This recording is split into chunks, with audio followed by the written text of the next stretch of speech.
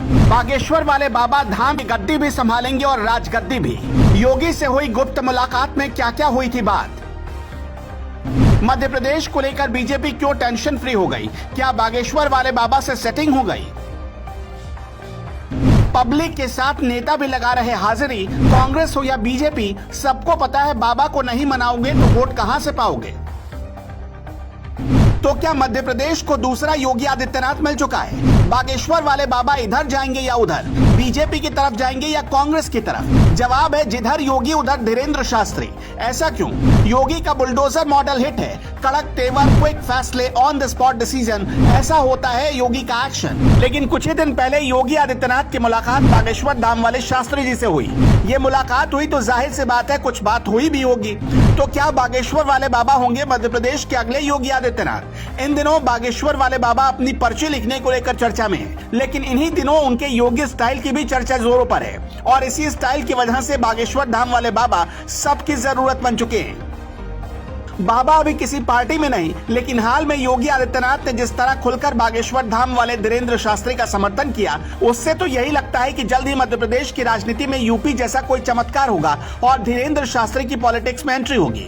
27 जनवरी 2023 को बागेश्वर धाम वाले धीरेंद्र शास्त्री ने योगी आदित्यनाथ से मिलने का वक्त मांगा था और उन्हें 18 फरवरी को बागेश्वर धाम में शिवरात्रि में आने का निमंत्रण भेजा। फिर पॉलिटिक्स में जल्द ही कुछ नया चमत्कार देखने को मिलेगा, लेकिन बाबा की चर्चा सिर्फ इस वजह से नहीं हो रही। बाबा के आगे पीछे आजकल नेता घूमने लगे हैं, उसमें भी केंद्रीय मंत्री लेवल के बड़े नाम। जरा इस तस्वीर को ध्यान से देखिए। धीरेंद्र शास्त्री के सामने हाथ जोड़कर कौन खड़ा है। यह है मध्य प्रदेश के गृह मंत्री नरोत्तम मिश्रा। बाबा गद्दी पर बैठे हैं और प्रदेश के गृह मंत्री होकर भी नरोत्तम मिश्रा जमीन पर। नरोत्तम मिश्रा को मध्य प्रदेश में शिवराज सिंह का राइट हैंड माना जाता है और वो सरकार में दूसरे नंबर की पोजीशन रखते हैं। एक और तस्वीर देखिए जिसमें महाराष्ट्र के डिप्टी सीएम देवेंद्र फडणवीस बाबा के सामने हाथ जोड़कर खड़े दिखाई दे रहे हैं। कुछ ही दिन पहले केंद्रीय सड़क परिवहन मंत्री नितिन गडकरी भी बागेश्वर धाम वाले धीरेंद्र शास्त्री से मुलाकात करने पहुंचे थे और उनकी तस्वीर भी दुनिया ने देखी। यानी बीजेपी के 4 बड़े चेहरे धीरेंद्र शास्त्री के नजदीक हैं। लेकिन सुर्खियां तब और गर्मा गई जब मध्य प्रदेश के पूर्व मुख्यमंत्री कमलनाथ भी धीरेंद्र शास्त्री से मिलने पहुंच गए और ये मुलाकात कोई आम मुलाकात नहीं थी, बिल्कुल योगी आदित्यनाथ की तरह बंद कमरे की मुलाकात जो करीब 40 मिनट तक चली। नेताओं का धीरेंद्र शास्त्री की परिक्रमा के पीछे का अर्थशास्त्र बहुत तगड़ा है। बागेश्वर धाम के दिव्य दरबार में हर दिन कम से कम 2 लाख लोग आते हैं। एक महीने के भीतर इस दरबार में 60 लाख से ज्यादा लोगों की पहुंच हो जाती है।